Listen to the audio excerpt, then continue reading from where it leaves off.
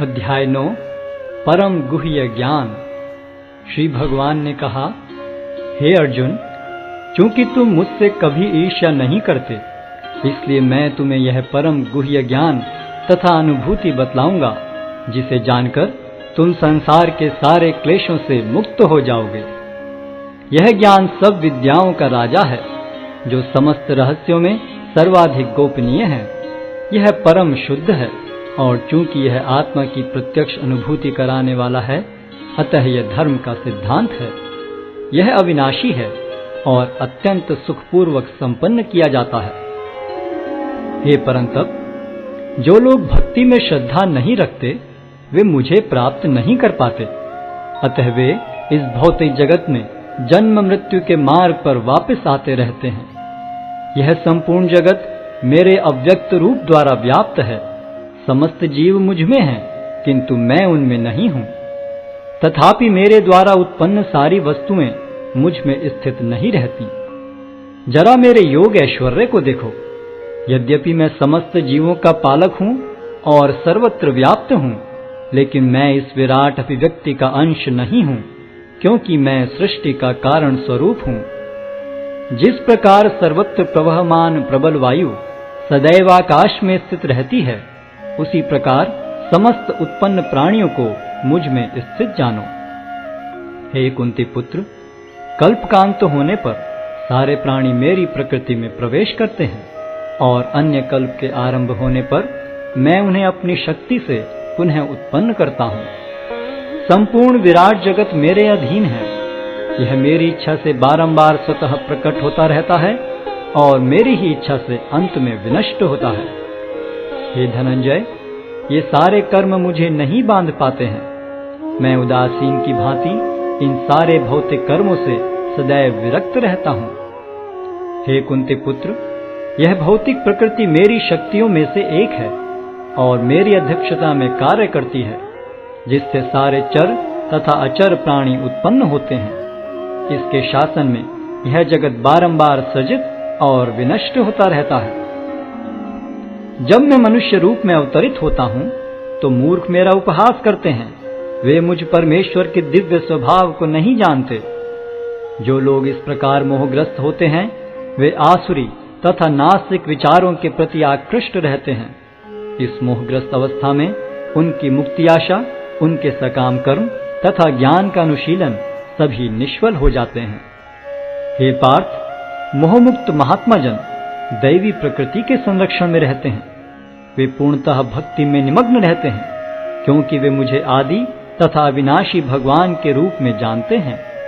ये महात्मा मेरी महिमा का नित्य कीर्तन करते हुए, दृढ़ संकल्प के साथ प्रयास करते हुए, मुझे नमस्कार करते हुए भक्ति भाव से निरंतर मेरी पूजा करते हैं।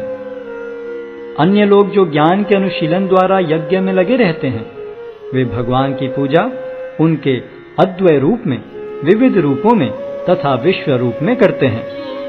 किंतु मैं ही कर्मकांड, मैं ही यज्ञ, पितरों को दिया जाने वाला तर्पण, औषधि, दिव्य ध्वनि, घी, अग्नि तथा आहुति हूँ। मैं इस ब्रह्मांड का पिता, माता, आश्रय तथा पितामह हूँ। मैं ज्ञेय, शुद्धिकर्ता तथा ओंकार हूँ। मैं ऋग्वेद, सामवेद तथा यजुर्वेद भी हूँ। मैं ही लक्ष्य, पालनकर्ता, स्वामी, साक्षी, धाम, शरण स्थली तथा अत्यंत प्रिय मित्र हूँ। मैं सृष्टि तथा प्रलय, सबका आधार, आश्रय तथा अविनाशी बीज भी हूँ। हे अर्जुन, मैं ही ताप प्रदान करता हूँ और वर्षा को रोकता तथा लाता हूँ। मैं अमृतत्व हूँ और साक्षात मृत्यु भी हूँ। आत्मा तथा पदार्थ दोनों मुझ ही में हैं। जो वेदों का अध्ययन करते तथा सोमरस का पान करते हैं, वे स्वर्ग प्राप्ति की गवेषणा करते हुए अप्रत्यक्ष रूप से मेरी पूजा करते हैं। वे पाप कर्मों से शुद्ध होकर इंद्र के पवित्र स्वर्गिक धाम में जन्म लेते हैं, जहां वे देवताओं का सा आनंद भोगते हैं।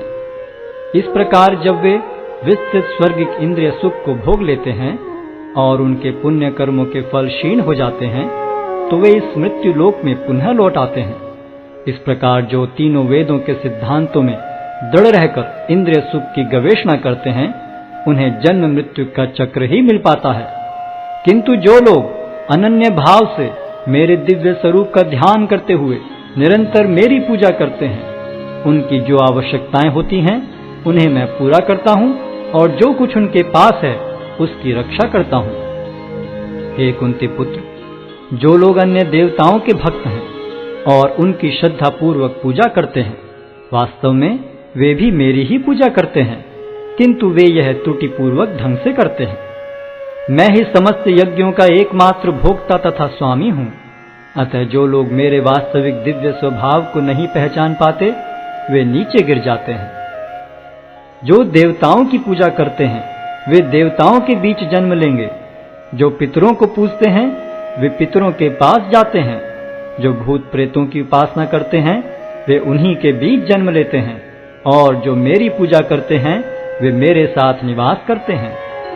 यदि कोई प्रेम तथा भक्ति के साथ मुझे पत्र, पुष्प, फल या जल प्रदान करता है, तो मैं उसे स्वीकार करता हूं।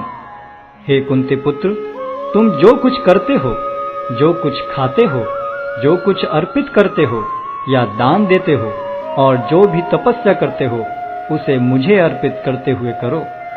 इस तरह तुम कर्म के बंधन तथा इसके शुभाशुभ फलों से मुक्त हो सकोगे। इस संन्यास योग में अपने चित्त को स्थिर करके तुम मुक्त होकर मेरे पास आ सकोगे। मैं न तो किसी से द्वेष करता हूं, न ही किसी के साथ पक्षपात करता हूं। मैं सबों के लिए समभाव हूं, किंतु जो भी भक्ति पूर्वक मेरी सेवा करता है, वह मेरा मित्र है, मुझ में स्थित रहता है और मैं भी उसका मित्र हूं। यदि कोई जघन्य से जघन्य कर्म करता है, किंतु यदि वह भक्ति में रत रहता है, तो उसे साधु मानना चाहिए, क्योंकि वह अपने संकल्प में अडिग रहता है। वह तुरंत धर्मात्मा बन जाता है और स्थायी शांति को प्राप्त होता है। हे कुंती पुत्र, निडर होकर घोषणा कर दो कि मेरे भक्त का कभी विनाश नहीं होता है। हे पार्थ, जो लोग मेरी शरण ग्रहण करते हैं, वे भले ही निम्न जन्मा स्त्री, वैश्य तथा शूद्र क्यों न हो, वे परम धाम को प्राप्त करते हैं। फिर धर्मात्मा ब्राह्मणों, भक्तों तथा राज ऋषियों के लिए तो कहना ही क्या है। अतः इस क्षणिक दुख में संसार में आ जाने पर मेरी प्रेमा भक्ति में अपने आप को लगाओ। अपने मन को मेरे नित्य चिंतन में लगाओ। मेरे भक्त बनो, मुझे नमस्कार करो और मेरी ही पूजा करो। इस प्रकार मुझ में पूर्णतया तल्लीन होने पर तुम निश्चित रूप से मुझको प्राप्त होगे।